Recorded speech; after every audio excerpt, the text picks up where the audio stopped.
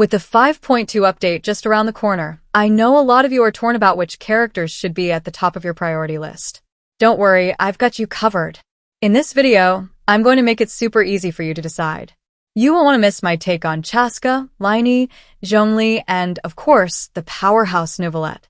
You won't want to miss it. Let's dive straight into the video.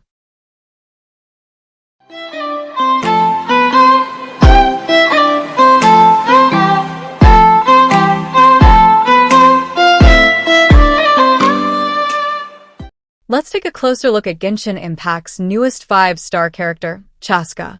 Most of you likely saw her reveal during the November 8th livestream, and it's safe to say she's shaping up to be a fascinating addition to the game. Not only does she bring unique abilities to the table, but her skill set promises to make her stand out in powerful and exciting ways. One of Chasca's standout traits is her ability to fly, a rare talent among characters. Up until now, Wanderer has been the primary character with this capability, but Chasca is set to expand this roster. What's especially intriguing is that when Chasca is in her homeland of Natlan, she can fly even longer than Wanderer. This extended flight time gives players a unique sense of freedom and exploration, which is bound to be thrilling. But flying isn't the only reason Chasca is likely to be a sought-after character. Her other skills bring versatility and power that could make her an essential addition to any team.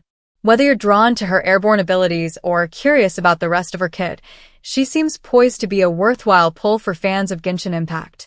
In this video, we're not diving into Chasca's full kit, since I've already covered that in detail in a previous video. Instead, I'll give you a quick, summarized overview of her abilities and focus on what makes her stand out. In her Night Cell's Blessing state, Chasca's normal attacks deal a Nemo damage, and her charged attack lets her enter a special aiming mode, locking onto multiple enemies and firing up to 6 Shadow Hunt shells. For each Pyro, Hydro, or Electro character in the party, 1 shell converts to that element, adding extra elemental impact. During her burst, Chasca unleashes a Gale-splitting shell that splits into 6 Soul Seeker shells, targeting nearby enemies with potential elemental conversions for added versatility. Chasca may seem complex at first glance, but she's actually quite manageable once you understand her kit. While she's an Anemo DPS, she's not likely to outshine the current top-tier DPS characters, especially with the Big Daddy, our Kamehameha expert, in the same patch. However, Chasca brings a genuinely unique playstyle, and her kit offers a lot of flexibility, making her one of the most adaptable characters for a variety of team comps in Genshin right now. Her fresh, dynamic approach adds something new, though she probably won't surpass the established top DPS characters in terms of raw power.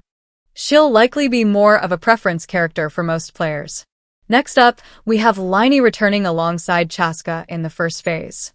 Although he recently had a rerun in 4.6 with 𝐜𝐴𝐴𝐞, and many of you are still waiting for other characters who haven't had their reruns yet, but unfortunately, it is what it is. Lyney is actually a pretty decent character, but his true potential really shines when you have his signature weapon and unlock his constellations.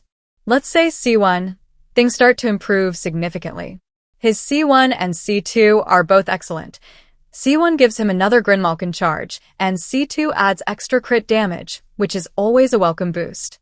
Lyney has the potential to be a powerful nuker with impressive damage output, but if you don't have pulls for his weapon, stop and ask yourself if you really want to go down that road.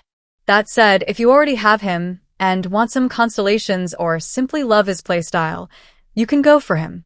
And that's it for Lyney. Now, let's talk about the fan-favorite Zhongli, who's making his return with another rerun. His last rerun was back in 4.0, and since then, many new characters have been released, which has slightly diminished his popularity. However, let's not forget how Zhongli carried us through tough times in the Abyss, with his incredibly tanky shield and solid support abilities. He's still a reliable choice, and his value definitely shouldn't be overlooked. With the release of 𝐜𝐴𝐴𝐞, you can pair her with Zhongli to take advantage of the strong Geo-Resonance, Resistance Shred, and Tenacity buff from his pillar. This combination boosts attack and decreases enemies' resistance. They can be a very solid duo to consider. However, I will say this. Zhongli is not necessarily a must-pull at this point.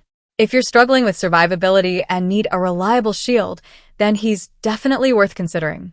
Alternatively, if you're a fan of Zhongli and can't wait to add him to your team, feel free to go for him.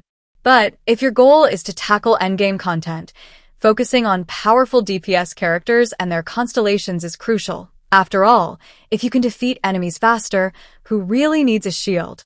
Now let's talk about the dragon, the daddy, the Mr. Kamehameha Neuvillette.